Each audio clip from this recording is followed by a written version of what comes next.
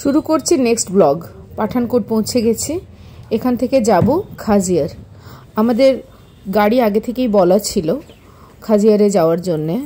Fortune ITC যে hotel book করা হয়েছে খাজিয়ারে, সেটা যেতে সময় লাগবে আমাদের 3 ঘন্টা 3.5 ঘন্টার মতো। আর এটা হচ্ছে 95.5 কিলোমিটার এটা distance from railway station Pathankot to Khajjiar ITC Fortune. Maruti এর্টিগাতে এটা ছিল 4500। बधानी पूरा येलो कहाँ लाके देख लो आराम से। अच्छा बड़ा भी कोई बात नहीं, बताओ तो सही दिखेगा ना, सारे हम ऐसे ही हैं। देखो लेना है, देखो আমি আমটাই কাল থেকে খুঁজছি। পাহাড়টা দেখো আমার। দেখো এখানে পুরো রাস্তা জুড়ে গাছেরই আমেরই বোধহয় বেশি, মানে বন একদম যাকে বলে আমের, কি বলে আমের বনই তো বলে নাকি, আমের বাগান। আর ওখান থেকে আমরা আম কিনলাম। এখন পাহাড়ি রাস্তা শুরু হয়ে গেছে, আমরা পাহাড়ের মাঝখান দিয়েই যাচ্ছি। হ্যাঁ মেঘ করে আছে, বৃষ্টিও পড়ছে। 3 দিনের নাকি ফোরকাস্ট আছে, তার আজ সেকেন্ডে, মানে কালকেও বৃষ্টি পড়বে, দেখা যাক। খুব সুন্দর ভিউ, যত সুন্দর তত ভালো। এখানে আমি ফটোতে হয়তো আনতে পারছি না। এই যে এখানে আমরা এসেছি, আমাদের ড্রাইভার একটু হল্ট নিয়েছে, আমরাও একটু খাওয়া দাওয়া করে নিলাম। আমাদের ট্রেনের লেফট ওভারগুলো যেগুলো ছিল সেগুলোই খেয়ে নিলাম।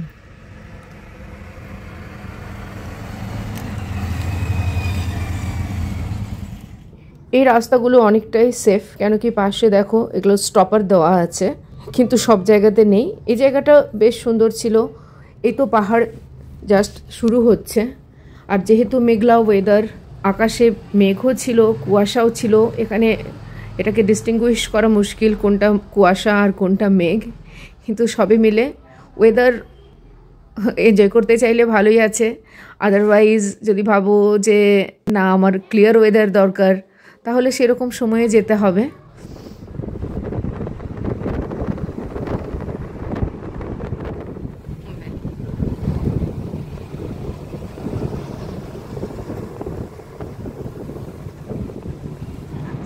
পাঠানকোট থেকে যাচ্ছি খাজিয়ার, তো আর বোধহয় 1 ঘন্টা 40 মিনিটের মতো এখনো রাস্তা বাকি আছে।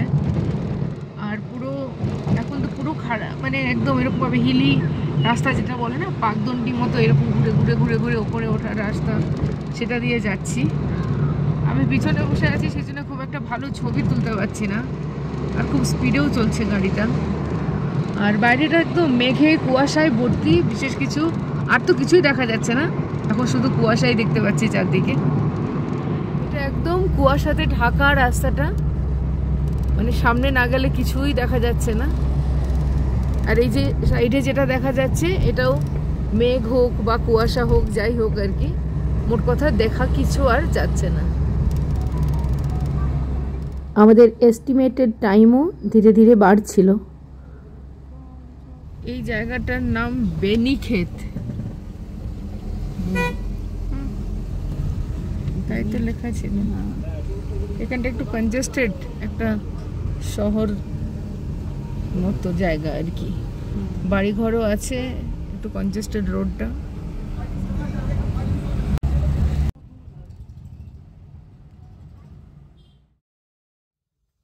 এইখান থেকে জ্যাম শুরু হলো, আমরা এখন জ্যামে আটকে আছি।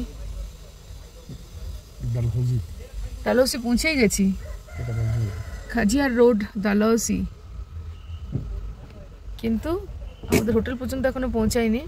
সামনে একটা ভালো রকমের জ্যাম, আর এত রাস্তাটা এত একদম ন্যারো রোড, তো তার মধ্যে দুদিক থেকেই গাড়ি আছে। এখন এটা কিভাবে যাবে বুঝতে পারছি না। আমার তো দেখে কিছু মনে হচ্ছে না যে যাবে, যেতেও পারে, কি জানি কি করবে। এমনি বন্যা হচ্ছে জানেন না তো ভাই, রোডে একটু জল জমা হয়েছে, ওটাকে বন্যা ভাবছে সবাই। না না না, পুরুলিয়া কাপড়গুলি, কি সত্যি কথা। কোন জায়গাতে হয়েছে? কাপড়গুলি বলছে তো, পুরুলিয়া কপড়া গলিতে জল বেশি হয়ে গেছে।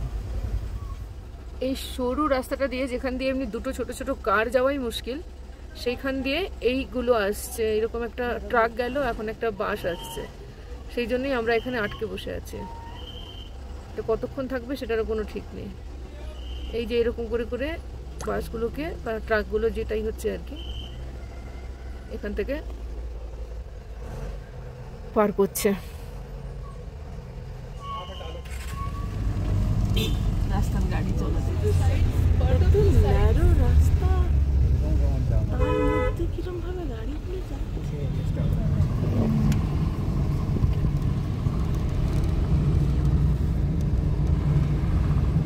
এটা ডালহাউসি পাবলিক স্কুল। কত বড় এরিয়াটা, বিশাল এরিয়া এটা। এটা একটা boarding school up to class 12। এই যে ফুলটা দেখছো, এটা হাইড্রেঞ্জিয়া ফ্লাওয়ার। পুরো হিমাচলে ভর্তি এই ফুলটা। এই স্কুলটা এস্টাবলিশ হয়েছিল 1970-তে। ये स्कूल काफी बड़ा है ना?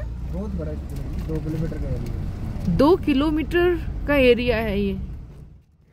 এটা একটা বোর্ডিং স্কুল। এটা হচ্ছে এটার অরিজিনাল ক্যাম্পাস। এটার দুটো ক্যাম্পাস আছে, আরেকটা ক্যাম্পাস আছে নিউ চণ্ডীগড়। স্কুলটার উপর দিয়ে যাবো।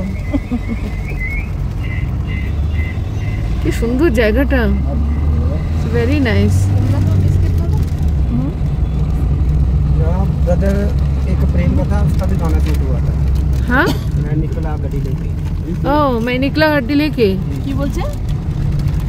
वो गदर एक प्रेम का था, उसका यहाँ पे शूटिंग हुआ था। जस्ट लुक एट द उनका गाना shoot area, oh my God.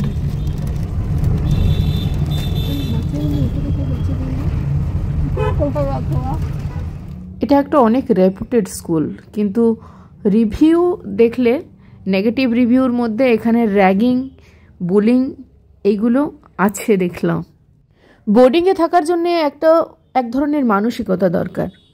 সেই মানসিকতাটা আমার মনে হয় ছোটো বাচ্চাদের মধ্যে নিয়ে আসা বেশ ডিফিকাল্ট। তাই ছোট বাচ্চারা যখন বোর্ডিংয়ে যায়, ওরা সব থেকে বেশি সাফার করে। আমিও নিজে যখন একদম ছোটোবেলাতে গেছিলাম হস্টেলে থাকতে, খুব একটা ভালো স্মৃতি কিন্তু আমার নেই। তার মানে এই নয় যে হস্টেল খারাপ ছিল বা লোকজন খারাপ ছিল, আমি কোপ করতে পারিনি। কিন্তু বড় হয়ে যখন হস্টেলে গেছি, আই এনজয়েড দ্যাট ফেজ। আচ্ছা, হেলিকপ্টার।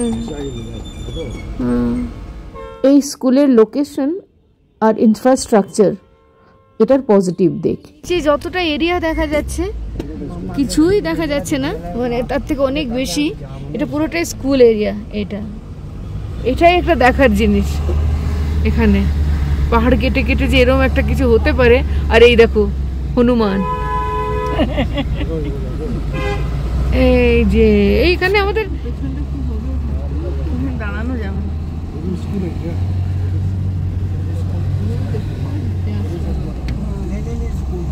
ये स्कूल का ही पार्ट है। টার্নিং যাকে বলবো, পুরো রাস্তাটাই ওই এরকম এরকম ফোল্ড হয়ে হয়ে গেছে, एलिमेंटरी कैनलेर मतो।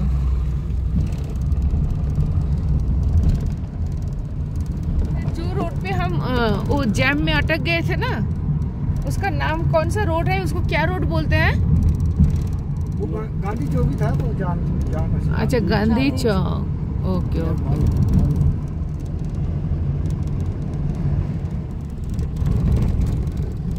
এই জায়গাগুলো এত সুন্দর না, এক তো মুভিং, তার সাথে আমার ক্যামেরা, ফোন সবই মিলে তার আমি 1%ও ক্যাপচার করতে পারছি না।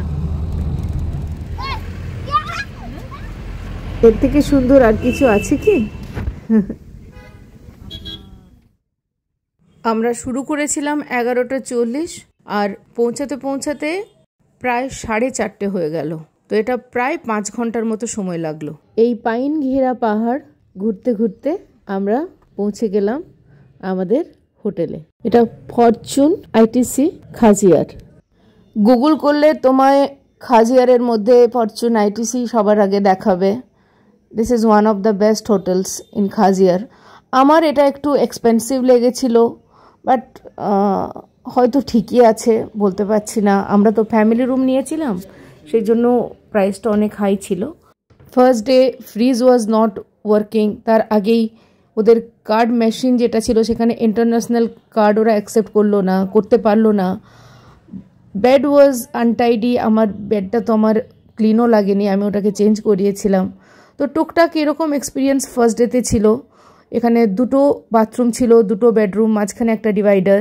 Overall it was a good room, but the experience was not great on the very first day. Family room বলে এটা নিচের দিকে ছিল, নিচের লেভেলে ছিল, যেটাও হতে পারে একটু ঘরে ব্যালকনি খুলেই যখন ওই ভিউটা দেখতে পাওয়া গেল না, তো একটু মনটা খারাপ হয়েছিল। এই দিকটা ওই দিকটা দিয়ে পার হলে দেখা যাচ্ছে, কিন্তু তারপরে ওরা কি করেছে, এখানে চাটা খেয়ে আমরা বেরিয়ে গেলাম সুইজারল্যান্ড, মিনি সুইজারল্যান্ড, যেটা দেখার জন্য এখানে আসা। এটা হচ্ছে পাহাড়ি ম্যাগি আর ব্রেড অমলেট। কি কিউট না রাবিট গুলো। মামা ধরবি রাবিট? পারবি না ধরতে?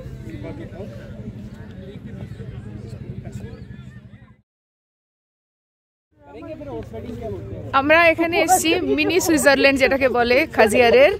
খুব সুন্দর জায়গাটা, পুচকুর ফটো তোলা হলো এদের এখানকার যে স্পেশাল ড্রেস পরে। তারপরে আমরা একটু জায়গাটা জাস্ট ঘুরে ঘুরে দেখছি। আর কি, ম্যাগি খেলাম, 10 টাকার ম্যাগি 60 টাকা দিয়ে। আর ডিমের দাম জানি না, কিন্তু অমলেটের দাম 60 টাকা ছিল। ডিম ও ব্রেড অমলেট, ব্রেড অমলেটের দামও 60 টাকা, এমনি অমলেটেরও দাম 60 টাকা। আচ্ছা, মানে 60 টাকাটা ওরা করে রেখেছে ফিক্স আর কি, হরেক মালের মতো। ডাস্টবিনটা বড় দূরে আছে। এই দেখো মিনি সুইজারল্যান্ডের অবস্থা।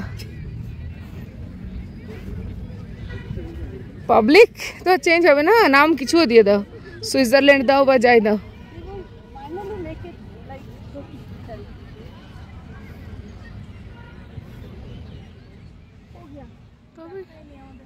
তবে কি করে করবি আন্দাজে?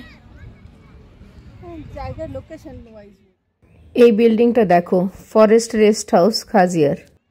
খুব ভালো লোকেশন, কিন্তু ঘরে বসে এগুলো জানতে পারা খুব ডিফিকাল্ট।